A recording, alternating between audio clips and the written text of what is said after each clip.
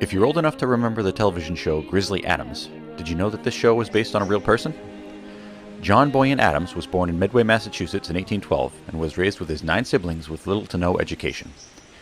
He took to the outdoors at a young age, and after working at a shoe factory as a teenager, he left home to be an outdoor guide in northern New England. He also worked as an animal trainer for rich clients and suffered severe back injuries from a Bengal tiger he was attempting to train.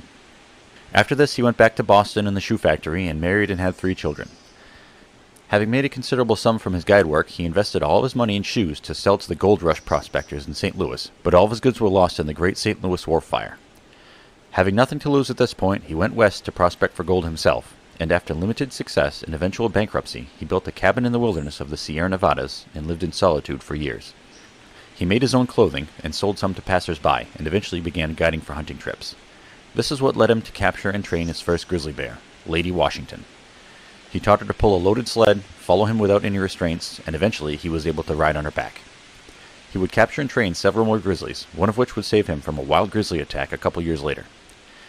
John eventually opened a museum in San Francisco called the Mountaineer Museum, and eventually got the attention of P.T. Barnum and joined his circus in New York in 1860. He performed with Barnum for 6 weeks until the wounds caused by the grizzly attack 5 years earlier came back to haunt him, when during one show in New England a monkey bit the long unhealed wound on Grizzly Adams' head, potentially giving him meningitis.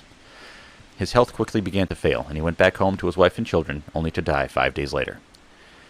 He is buried here with his parents, his wife, and 2 of their 3 children. His animals were left with Barnum and presumably spent the rest of their days in the circus. The inscription on his grave reads, "And silent now the hunter lays, sleep on, brave tenant of the wild.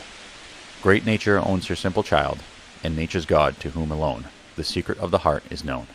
In silence whispers that his work is done."